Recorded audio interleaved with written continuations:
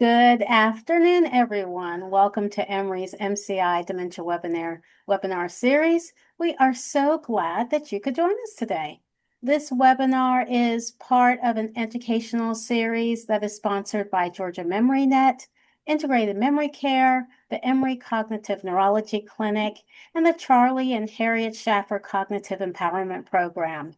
Each month, we have a different topic that relates to cognitive health, dementia care, support, community resources, just to name a few. The previous webinars have been recorded and can be viewed on a link that we will place in the chat towards the end. I am Alice Cooper Salisbury, one of the licensed clinical social workers in the Cognitive Neurology Clinic. I am joined by my colleagues, Ashley Varner in Cognitive Neurology, Jenny Gay in IMC, and Debbie Arnold in CEP. And so a few housekeeping details to start.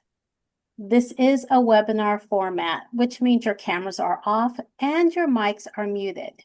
We do want you to be able to ask questions of our speaker. So there is a Q&A box where you can submit your questions throughout the presentation. And we will save time towards the end, unless it's a burning question, for our speaker to answer them. So please note, again, you do not have to wait until the end to submit your questions. And so now I'm going to turn it over to my colleague, Ashley, who will introduce our speaker. Thank you, Alice, and thanks everyone for being here. Really appreciate your attendance today. We are really lucky to have Dr. Jim Law with us. Dr. Law has been a neurologist for a really long time doing research in this area. He's the Allison Roy Richards Chair of Neurology here at Emory. He is now a full professor. He got his BS from Duke University, go Blue Devils, and his MD PhD from Ohio State University. And he's going to talk with us today about modifiable risk factors for the things that we can change and make ourselves less likely to develop progressive neurodegenerative diseases. So with that, I'm going to go ahead and hand it off to you, Dr. Law. Thank you very much, Ashley and Alice and Jenny and Debbie. Let me see if I can share my screen. Well, who's my host? I think we all have that. There we go. All right, it just got added. So,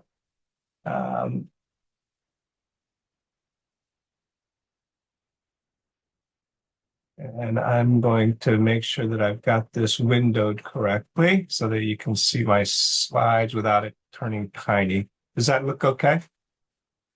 Yes. Okay.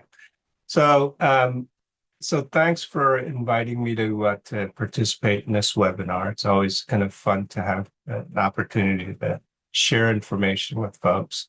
I'm going to talk about some of the things that people are always interested in terms of, we learned a long time ago that if you do presentations in the public targeting older individuals, if you put Alzheimer's or dementia in the title, oftentimes they get scared off. But if we talk about maintaining brain health, you get like a deluge of interest in participants. And so this is a topic that's always of a lot of interest. And I want to start with this. And one of the problems with these webinar formats is I don't get audience responses, sort of immediate responses. So I'm just going to have to imagine what your reaction to some of this is. But I want to just start by talking about normal versus abnormal cognitive age. So as we get older, there are certain things that happen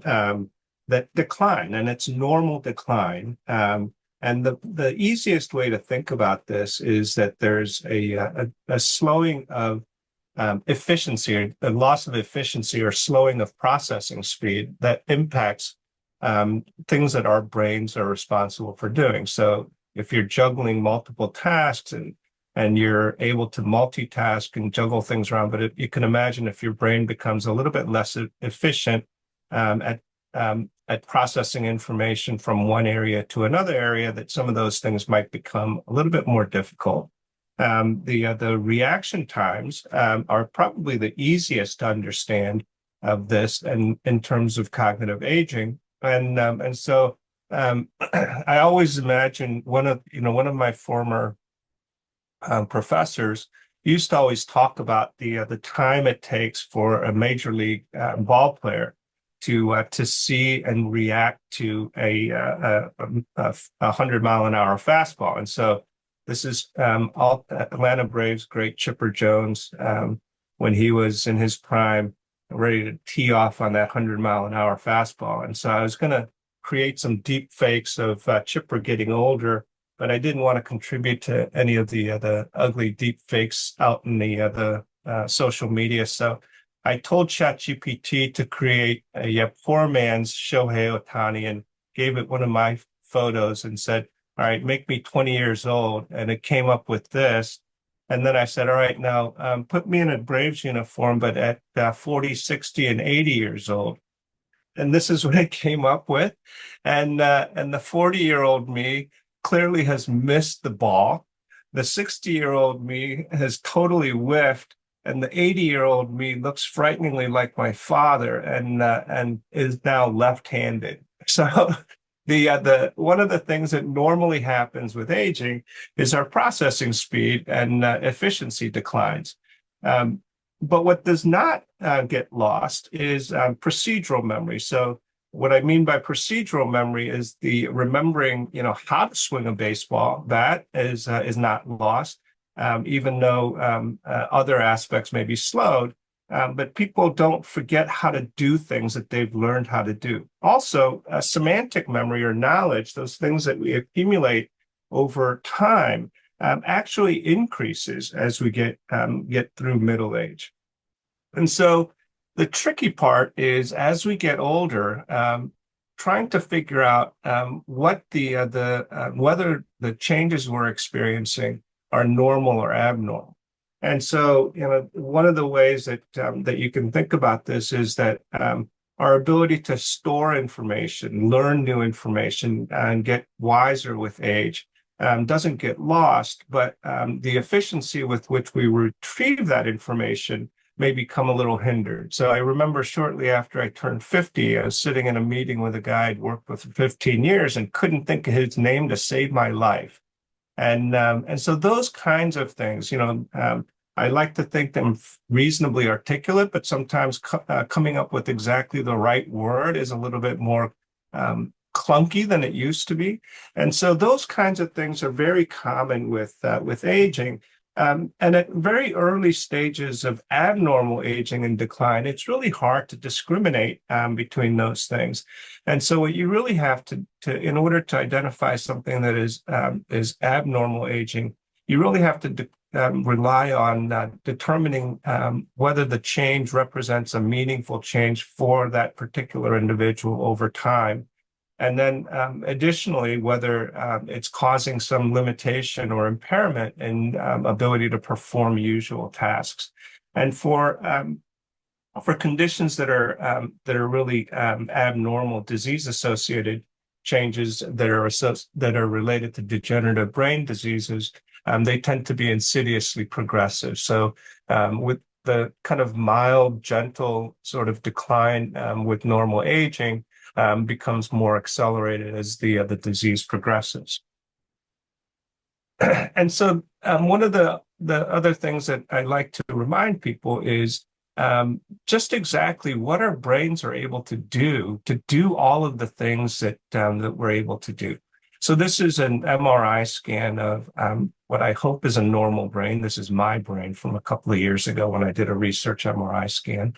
And what you see, and when you look at these images, we talk about the gray matter, and that's this outer ribbon of gray that's a little bit darker, and that's where our brain cells actually live. So the gray matter is where the brain cells are, and then the deeper parts of the brain is wiring that connects different parts and cells to one another. And there are about almost 100 billion neurons or gray matter neurons, as well as about 100 billion supporting cells, these cells that are not neurons, but important cells that are normal in the brain and responsible for example, the wiring and the insulation. There's some immune cells that perform important functions and other supporting features. And the way this whole process works, though, is that each neuron, now what I'm showing you, these bright areas, these dots are neurons, and then all of these lines or fibers are connecting fibers from neurons connecting to other neurons. And so not only do we have about almost 86 billion neurons, each neuron makes contacts, something called synaptic contacts, to about 1,000 to 10,000 other neurons. And so the numbers become astronomical now, and the system is dynamic. And so throughout our lives, the brain is sort of remodeling as we learn new things. And so your brain is literally physically changed in the connections that it makes with other neurons between when you join this webinar and when you leave this webinar. There will be physical changes in the connections between neurons in our brain. And so this is and that age-related decline and resiliency to age-related decline and disease-associated decline, that resiliency and the ability to resist age and disease-associated changes are based on individual personalized experience. So when we talk about age-related cognitive decline and dementia, we all know that this is a global epidemic. And there are a lot of factors that play into it, and we'll talk a little bit more about those things that can and cannot be changed. And this plot, one of the things that this plot shows is really just the overall growth worldwide. But the particular concern is that the burden of increased dementia is really going to hit the places that are least able to deal with it. So we have a hard enough time dealing with these challenges in the United States and in the developed world, but in developing countries and low and middle income countries is where the bulk of this increase worldwide is going to be. So this is a major problem. And so anything that we can do to blunt this and reduce this is going to be very important. And so many years ago, and I can't remember what year this is. I wonder if it might have been November. I can't remember, but it was but at some point in the distant past, Alzheimer's surpassed cancer as the scariest word in the English language. And so everybody is very anxious to do everything they can to limit their risk and hopefully to prevent and avoid developing Alzheimer's disease. There are certain aspects of this that are out of our control, and we'll talk about some of that. But there are important features that are modifiable. And there's something that many of you have heard about, is something called the Lancet Commission that releases a report every few years, identifying those factors that can have a meaningful impact on age-related cognitive decline. And we've known for a long time that access to education and quality of education in early life is an important predictor of your risk of developing cognitive decline and dementia in later life. The current report from the Lancet Commission, they actually lumped together, they looked at early life as childhood, basically, and then looked at adult life from 18 to 65. And there were a couple of really interesting aspects to this. One is that hearing loss is near the top of the list of modifiable risk factors that can reduce the risk of age-related cognitive decline. And then you see a number of other things that relate to management of lifestyle as well as risk factor management. So things like obesity, hypertension, diabetes, depression, high cholesterol, traumatic or brain injury or recurrent head injury, but physical inactivity, smoking, excessive alcohol consumption. These are all things that have been identified as things that we can do during our adult life or not do that can reduce the risk of late life cognitive decline. And then after the age of 65, social isolation becomes a really important aspect. And here again, just like with education, we think that the reason for this is education and educational attainment is a surrogate marker for what you're likely to be doing in terms of your occupation. And so if you're well educated, you're more likely to be pursuing occupations during your adult life that involve mental activity. And in late life, we all are aware of the loneliness epidemic. And in late life, that's a particular problem as people become more isolated. Families are more distant.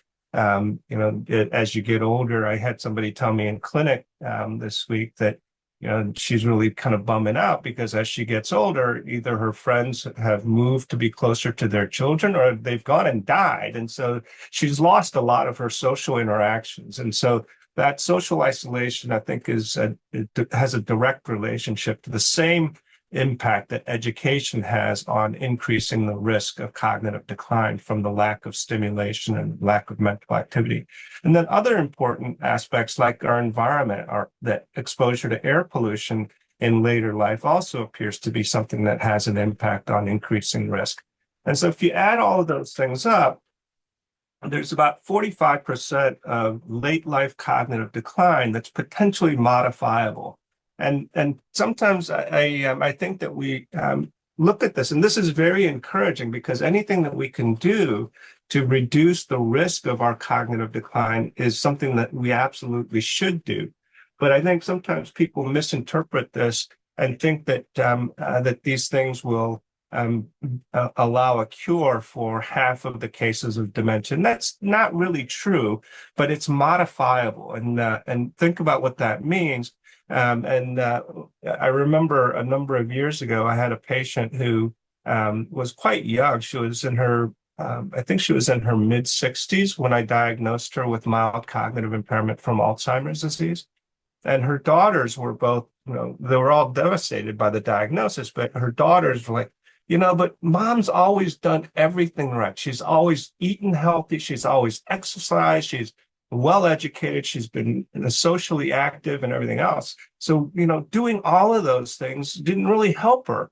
And my answer to that is, well, she is unusually young, but had she not done all of those things, she might have been 10 years younger when she came to attention. And instead of 65, she might have been 55 when I saw her for evaluation. So that's really what we're talking about, is these modifiable risk factors that could potentially reduce our risk of disease, but also help us to maintain our cognitive abilities in later life without significant deterioration, or at least putting that off as much as we can. And so I want to just go through a couple of examples of evidence that really supports the biological impact of these modifiable risk factors. So education, I've mentioned a couple of times, but when you look at individuals who have higher versus lower education, what we're looking at here is the volume in a particular area of the brain. And what we're looking at in the blue line is individuals who have a higher level of education, and individuals in the red line with lower levels of education. And what you see is that with aging, those who have lower educational attainment have a higher rate of shrinkage or volume loss in that part of the brain compared to people who had higher levels of education. And so this is a very sort of direct biological evidence that these lifestyle factors, specifically education, can have a real impact on the actual degeneration and shrinkage in different important parts of the brain.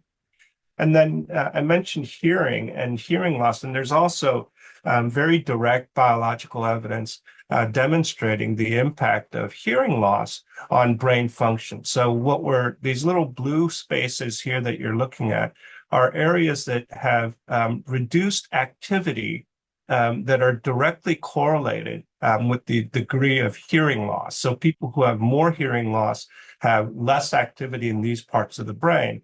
And what's really interesting about that is those parts of the brain are not parts of the brain that are directly involved in hearing or processing auditory information, and so that implies that the hearing loss or and not managing and not treating hearing loss will have a widespread impact beyond just the areas of the brain that would be expected to be impacted by hearing loss, and so that may account for the strong influence of untreated hearing loss as a contributor to age-associated cognitive decline. And there have been some trials now that have demonstrated the actual benefit of these lifestyle interventions. So the first of these really major studies to be published was a Finnish study, something called the Finger trial. And individuals were enrolled who were at high risk based on lifestyle factors. So people who were physically inactive, overweight, and those individuals were treated by adopting a more physically active regimen to get some decent exercise, dietary modifications, some cognitive training, and then also importantly health management. So advice and monitoring of chronic medical conditions, cardiovascular medical conditions. And those individuals who had that lifestyle intervention had significantly improved cognitive function. And over time, even just during a 2-year intervention trial, there was a slightly reduced risk of being diagnosed with mild cognitive impairment. And then more recently, the US Pointer study, which was a large lifestyle intervention study that was conducted in the United States, also demonstrated some significant improvement in cognitive function in individuals who had a fairly intensive regimen of intervention, including physical exercise, using group exercise with support with intervention team meetings, nutritional counseling, cognitive activities, and then health monitoring. So very parallel design to the Finnish study, and showing some significant impacts as opposed to those individuals who had a less intensive intervention. And interestingly, even these less intensive interventions appeared to maybe have some beneficial effect in terms of outcomes for people who participated in the study. And so another way to think about how these lifestyle factors can impact risk of dementia is to look at the age-adjusted rates of dementia or cognitive decline. And this has been done in several studies in Europe and in the US. And what I mean by age-adjusted rates of dementia is this is an example of this. So this is a study that was done in Great Britain. And what you're looking at in the blue bars are individuals who were sampled in the 1990s, so 1989 to 1995, and then the orange or salmon bars are a sampling of individuals in the 2010s, basically. And what we can see is that if you look across age groups, so if you adjust for age, so remember that dementia is very strongly impacted by age. And so if you look at the frequency of people in different age groups that developed cognitive impairment and dementia in the 75 to 80, 80 to 85, 85 to 90, and over 90 age group, if you adjust for age, the rate of a cognitive decline actually decline if you do an age-adjusted assessment. So the total number of impaired individuals continues to grow, but that's because the life expectancy continues to increase. And so there are more people in these older age groups, but when you adjust for age in these various studies, the age-adjusted rates of dementia is actually declining. And we think that that's because in these developed countries, there's been improved nutrition, education, and all of those factors that we think make an impact and have been shown to have an impact through these lifestyle intervention studies. And so for overall in this great study in Great Britain between 1990 and 2010, basically there was a 30% reduction in age-adjusted rates of dementia. And we see the same thing in the health and retirement study in the United States, comparing 2000 to 2012. Overall, there was a significant reduction in the rates of age-adjusted dementia.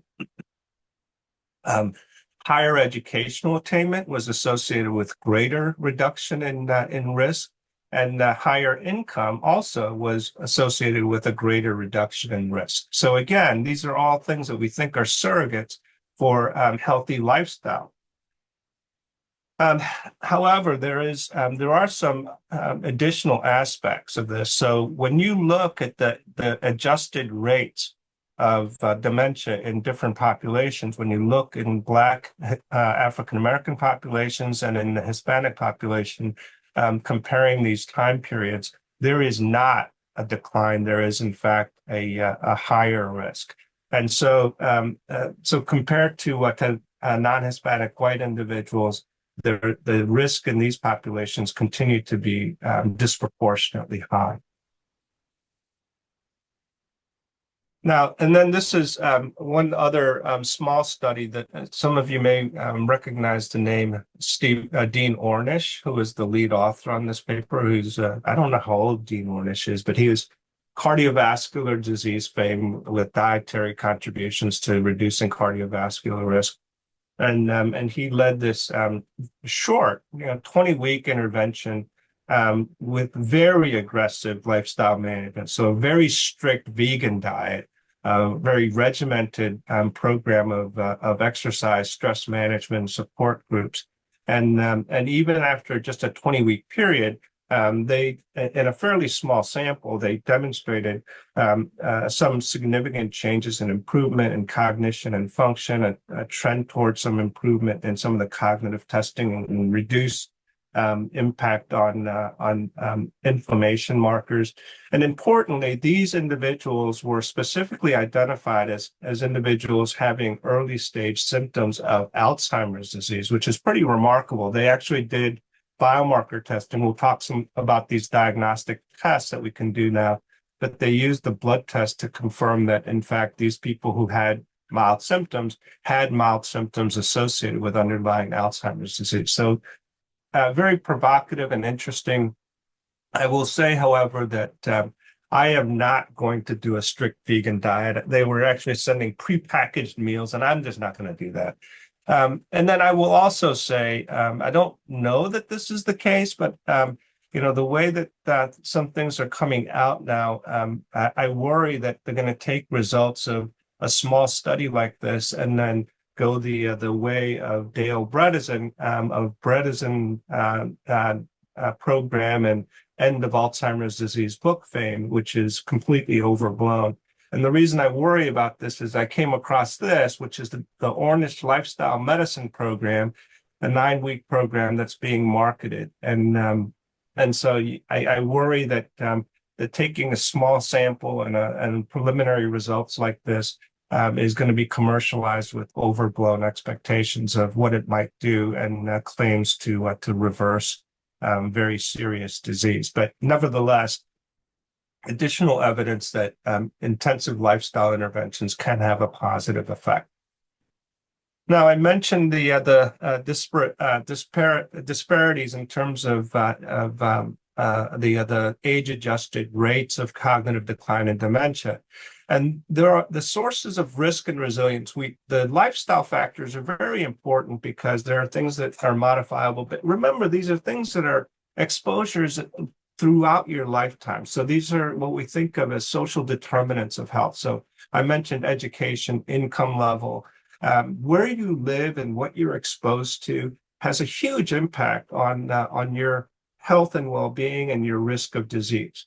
And so those are things that we absolutely need to understand better, but really it's a societal fix. It's not really amenable to short-term fixes. So this is not something that you're going to use in somebody who's diagnosed with symptomatic Alzheimer's disease to fix the problem.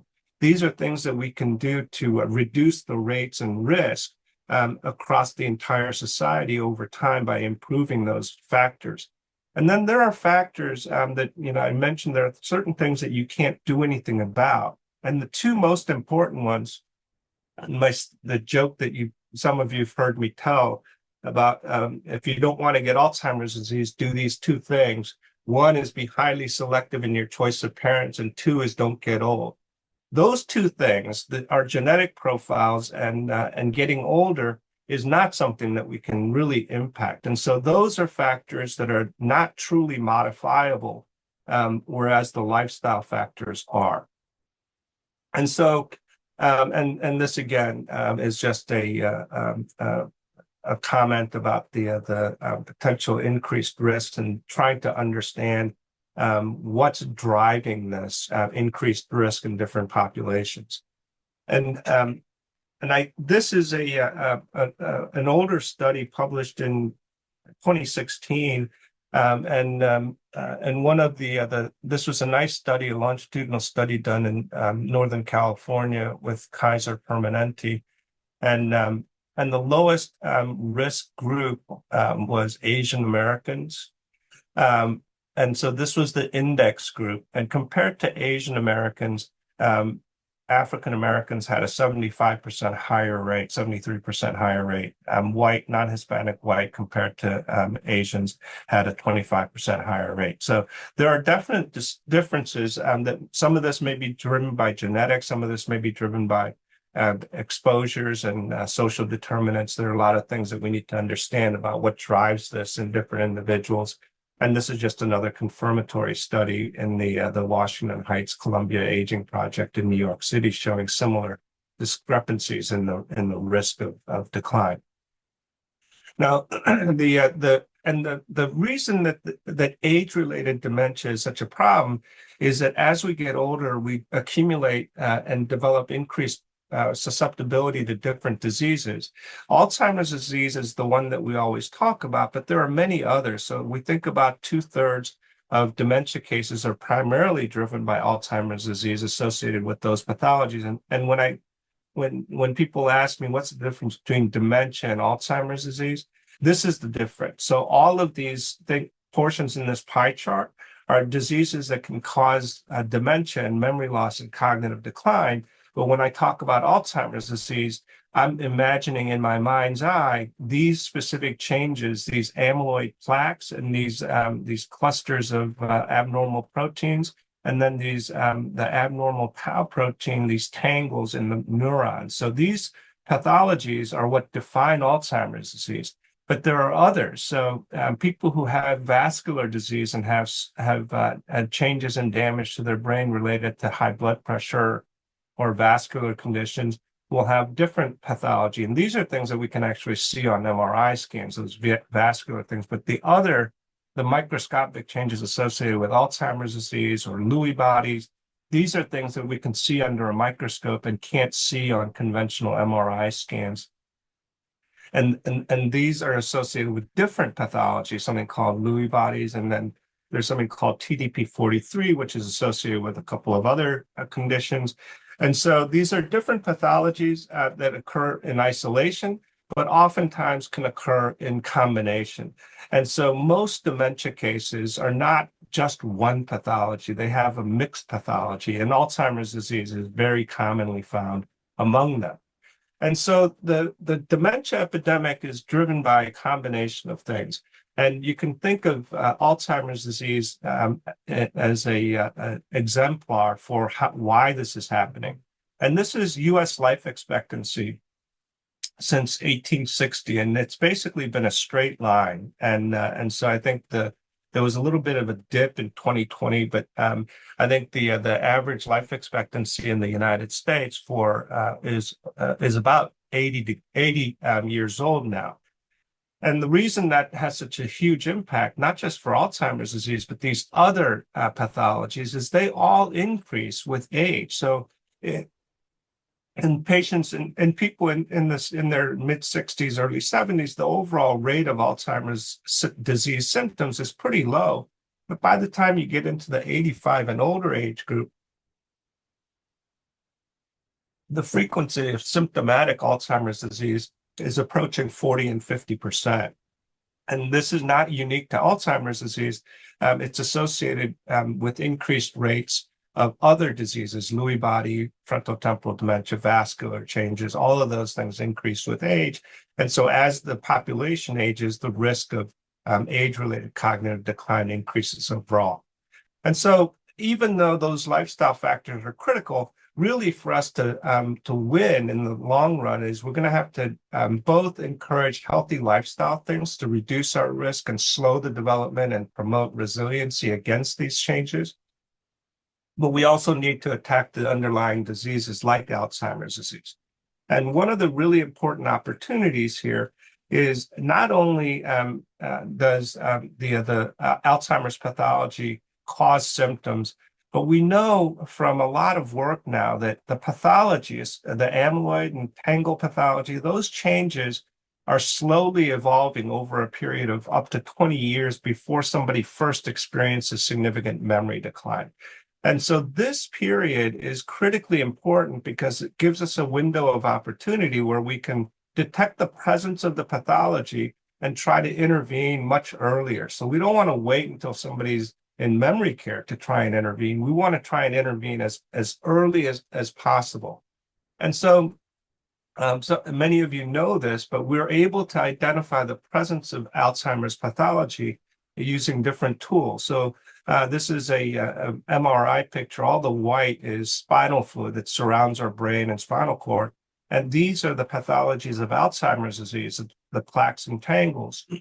And those are made up of these abnormal proteins. And so when we measure these proteins in the spinal fluid, and there's low levels of amyloid in the spinal fluid, presumably because it's all glommed up inside the brain, the levels of the A beta in the spinal fluid is lower.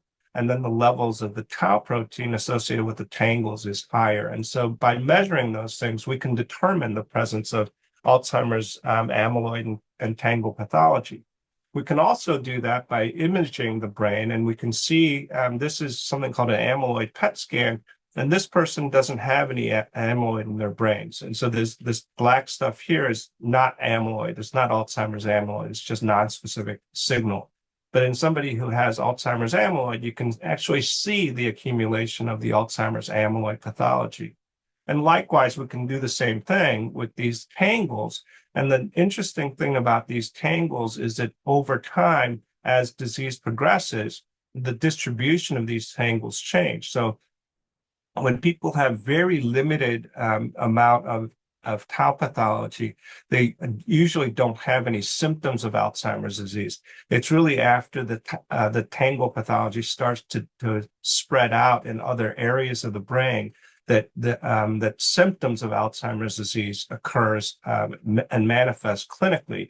And so this is a better marker of likely clinical disease as opposed to amyloid pathology. And we can visualize this. Those were obviously pictures from a human brain that was stained, but these are PET scans now that we can use to detect the presence and the distribution of the tangle pathology. So somebody down here who has a minimal amount of signal here is very unlikely to have any symptoms of Alzheimer's disease memory loss. But then once you get into a little bit more widespread distribution, then it becomes much more likely that it's going to be associated with clinical disease. And in addition to the spinal fluid and PET scans, we now have blood tests that have been approved. So the first FDA-approved blood test became available in May last year. And these blood tests are actually very good at predicting the presence of the amyloid pathology. So if you have levels that are above a certain level, the prediction, the accuracy of predicting the presence of Alzheimer's amyloid is in excess of 90%. So these are very good tests to predict the amyloid pathology.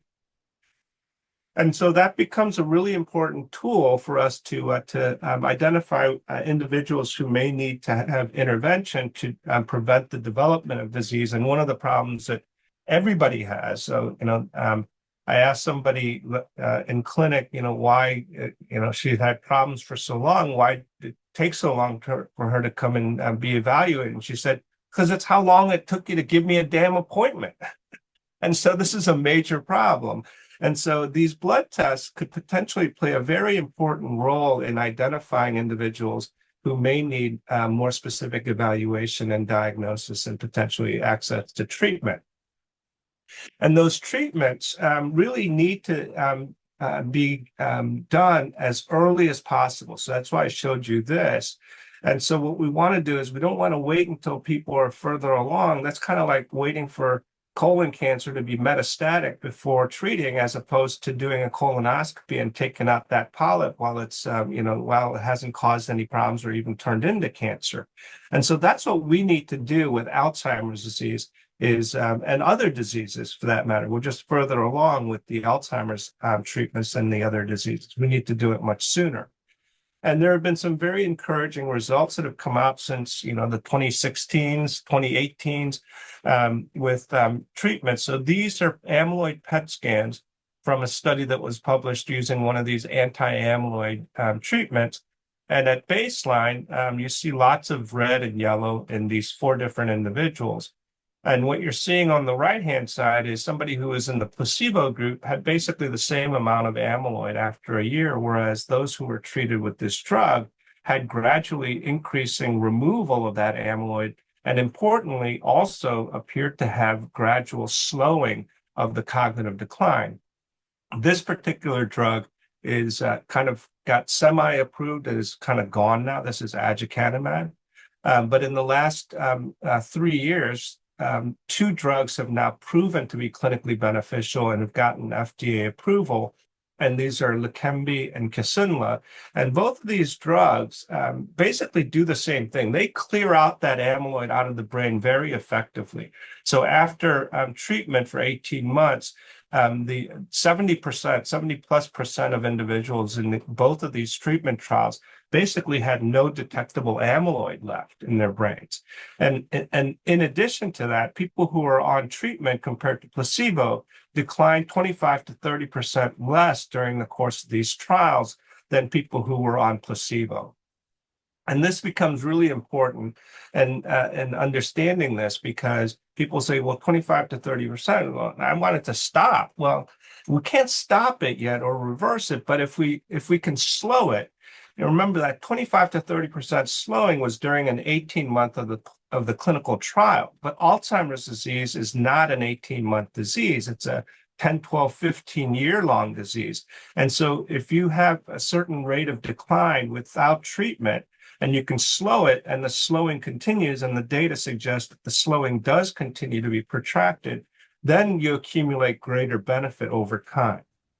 And if you and here again, this is showing in the trials what happens when people got to the end of that 18-month period, and they all got access to the treatment, including the people who were initially on placebo. Their rate of decline also slowed down, but they never really catch up to the people who had treatment the whole time. And so earlier intervention becomes really important. But the key takeaway is that we can actually slow the progression. And who should be treated with these drugs? And I want to kind of focus on this because it's really important, because we're in a sort of a funny transition period right now with Alzheimer's disease. So people should have evidence of cognitive decline at early stages, MCI, mild cognitive impairment, or very mild dementia. And that should be due to Alzheimer's disease. So if it's not due to Alzheimer's disease, these drugs are not going to have any impact. And so these patients may be screened initially with the Alzheimer's blood test, which is very easy to do, but then it has to be confirmed by either spinal fluid or amyloid PET scans. These treatments we think can be managed, and we're using the drugs actively right now, but we're very careful because there is potential to cause swelling and bleeding in the brain. And so we have to do a lot of MRI scans to monitor for safety. So if you can't do MRI scans for whatever reason, you should not be on these treatments. If there are some baseline findings, some evidence of pre-existing microbleeds, in these patients. So we think they're going to be at much higher risk of this swelling and bleeding complication and should not be treated. We still treat, but we worry about people who have an ApoE genetic background, which is an Alzheimer's risk profile that can be associated with higher risk of complications, and of course, people who are on blood thinners because of the bleeding risk. But the benefit here is, remember, even if we can't stop or reverse Alzheimer's disease, in early stages of Alzheimer's disease, people still can have an excellent quality of life. It's just later on in the course of disease that it's more problematic. And so if we can slow the progression and let people die of whatever they're going to die of before they have a need to be in memory care or skilled nursing, that's a big win. And then if we can push that further to delay the development of disease, even better. And if we can push that even further, we need to get to a point where we can prevent disease. And that's ultimately how we're going to do this. And that means a combination of the lifestyle factors to slow the development of disease, and then doing interventions to delay and ultimately prevent disease. Now, there are hazards, and so I'm going to end with kind of a downer story. So this is a patient that I saw who was very worried, and this is a situation we encounter a lot, where people have family history and they're very concerned. They know about these new drugs and they request treatment. And so this 67-year-old woman did that. She had the blood test, which was positive, and then she had a PET scan, which was positive. And she was in the high-risk ApoE genetic group. And she pressed, and a neurologist treated her with one of these drugs. She had some issues, and then she came to see me afterwards, and I reevaluated her, and she was cognitively unimpaired. And the reason this is such an important case to me is because this was what her brain looked like at baseline was fine, but after a couple of months of treatment, she developed this massive amount of swelling across her brain. And this is the complication that we fear with these treatments. And so she recovered, but she had this massive amount of swelling, terrible confusion. And these MRI scans look very similar to another MRI scan that I'm going to show you here. This is from another case. And the difference here, even though the findings look very similar to the patient that I just showed you, this person died because of the complications, direct complications related to these treatments.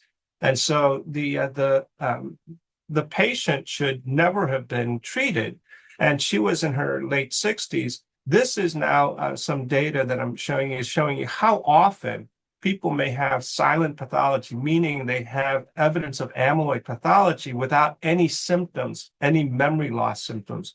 By the time you get into your 70s, 20 to 33% of individuals may have evidence of that silent pathology, but with no symptoms. And we see similar numbers when we look at the brains of people who donated their brains while they were healthy. About a third of them will have abundant evidence of Alzheimer's pathology, but they never got sick. And so just because you have a positive test, whether it's spinal fluid, like I'm showing you here, or the blood test, doesn't mean that you're ever going to develop disease. And so you have to be very cautious. We're at a point where we're looking to see and test whether these treatments are beneficial in cognitively normal individuals. And there's a study that we've been participating in that enrolled a group of individuals who were cognitively unimpaired and had positive amyloid PET scans and are being treated with Leqembi. And so the goal is to see if that you can actually delay the development of disease in somebody who doesn't have disease, and do it safely so that there is expected benefit that outweighs risk. We expect to get results from this study in 2029. So in a few years, we may have a very different perspective on who should be tested and who should not be tested. But as of today, just like the case that I just showed you, individuals who don't have any symptoms of disease should not be treated because of this very serious risk of potential death and bad outcomes. I mean, that risk is relatively low. That's why we can justify using these drugs in people who have mild disease. But in people who are cognitively unimpaired, there is risk without proven benefit. And so just something to think about as these blood tests have become so widespread and common. So that's my last slide, and I'm going to stop here. And if there are questions, I'd be happy to try and address them.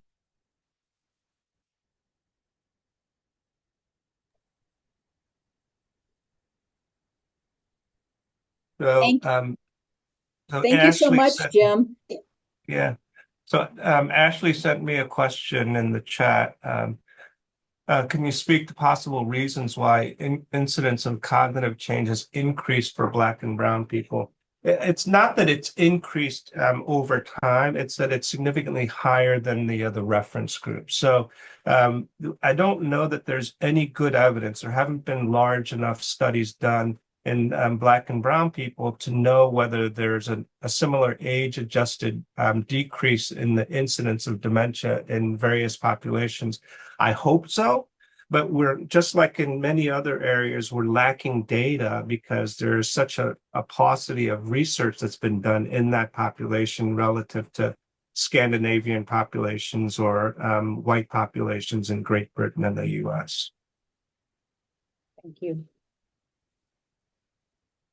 Thanks, Dr. Law. I have a few more questions in the Q&A box, if that's okay for me to go ahead and give them to you. Sure. Okay. So can you request an amyloid blood test from primary care, or does it require a neurologist? Primary care doctors can and do order that. And this is one of the things that causes headaches for us, because right now, an unimpaired individual who has a positive test should get significant counseling before getting the test. You can get the test, and some people may legitimately want to know their result for planning purposes or just to prompt them to be more aggressive with their exercise and lifestyle interventions. But a lot of times people get these results and they get a positive result. I had a message today from a colleague whose spouse had that test done. She doesn't have any impairments, but her damn test came back positive. And so now she's panicked. And so you really need to be cautious and understand that what the results do and do not mean, and be sure that you want that result before you request it. Just to piggyback on that comment, something I talk a lot about with care partners and our clinic is, are there negative insurance implications if they are to get these tests and this is reflected in their medical record? Yeah, absolutely. Even if it's not reflected in the medical record. So we did a couple of presentations with one of my colleagues who's an attorney who's in public health at Georgia State.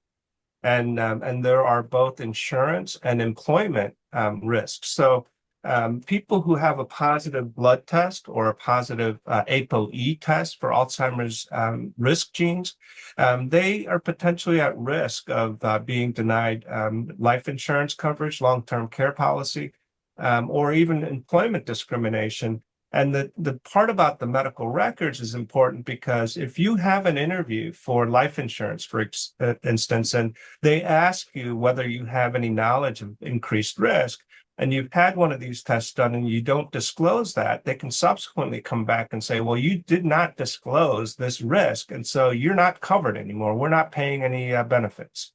So yeah, very significant concerns.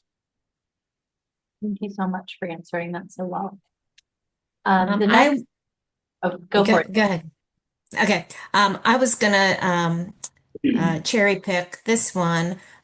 Speaking of lifestyle factors, there's been a lot of discussion about menopausal women and hormone replacement therapy possibly helping with later cognition. Do you have anything to share about this? Oh boy, yeah. So I've been threatening to do a study on this particular topic for a long time, and I still intend to do it.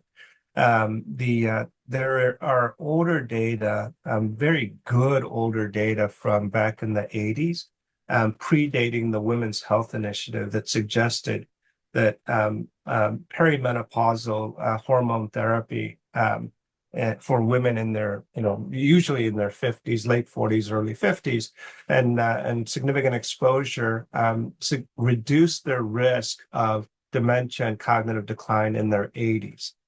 And that data actually was pretty good. The trouble came in and the confusion came in when the Women's Health Initiative did a study looking at hormone therapy in postmenopausal women and identified not only no benefit for cardiovascular and dementia risk, but increased risk related to cancer. And the problem there is that they randomized women to treatment or placebo at age 65. And, I'm not a woman and I'm not postmenopausal, perimenopausal, but I don't think that most women who get hormone therapy get it started in their mid 60s. And so the study was very poorly designed and caused a lot of confusion even to today.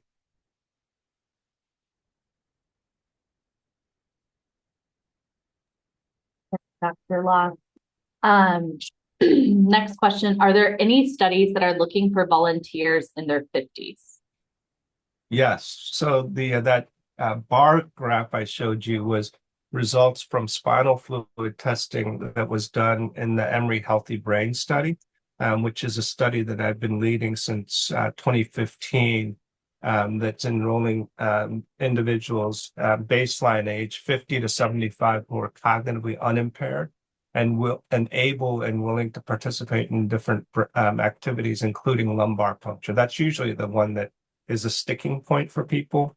But the importance there is that the spinal fluid, and I've had 4 or 5 spinal taps now. I'm in the study and I barely scream when I have my spinal tap anymore.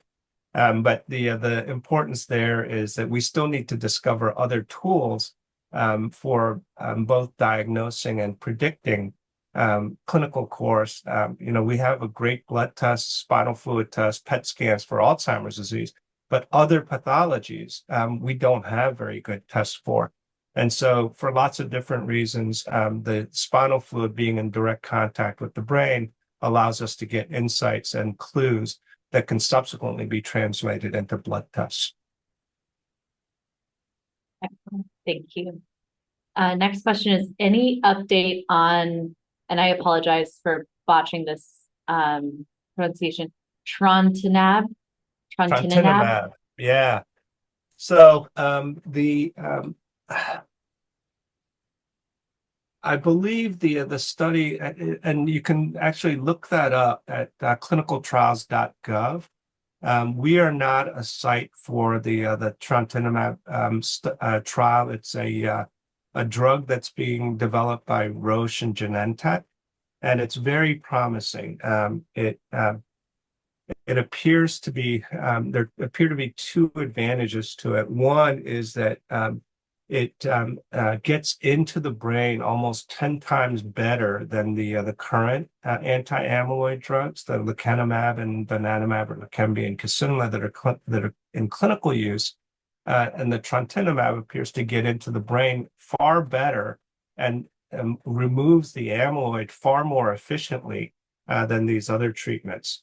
And then the second aspect of that that's so promising is that the risk of that swelling and bleeding that are associated with our current treatments appears to be substantially lower. So I'm eagerly looking forward to hopefully seeing results. It's a trickier study to do because if you're treating mild patients now with these newer drugs, the only way to know whether that drug is equally effective is to compare it to placebo. And if somebody has mild cognitive impairment and underlying Alzheimer's pathology, it's a tough spot to say, I'm going to randomize you potentially to getting placebo if I have an approved drug that is shown to be beneficial already. So doing these trials in symptomatic individuals with early stage Alzheimer's disease becomes really challenging, but I hope that testing is successful because I think it's a very promising drug.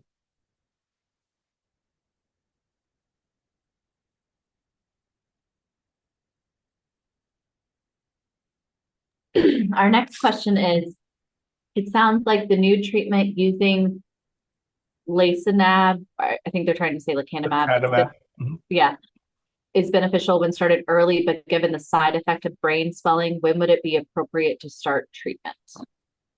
So there's um, we want to start treatment as early as possible with these drugs, and we don't have the evidence to prove it yet. But we're probably getting close to 400 patients that are currently being treated here at Emory, and I've seen some very encouraging results. But the risk of the swelling, and it's really the swelling, the bleeding is what gets all the attention because it sounds all dramatic, but it's really the swelling that I worry about because the bleeding is typically these microbleeds, and 10% of people who are on placebo will accumulate these microbleeds.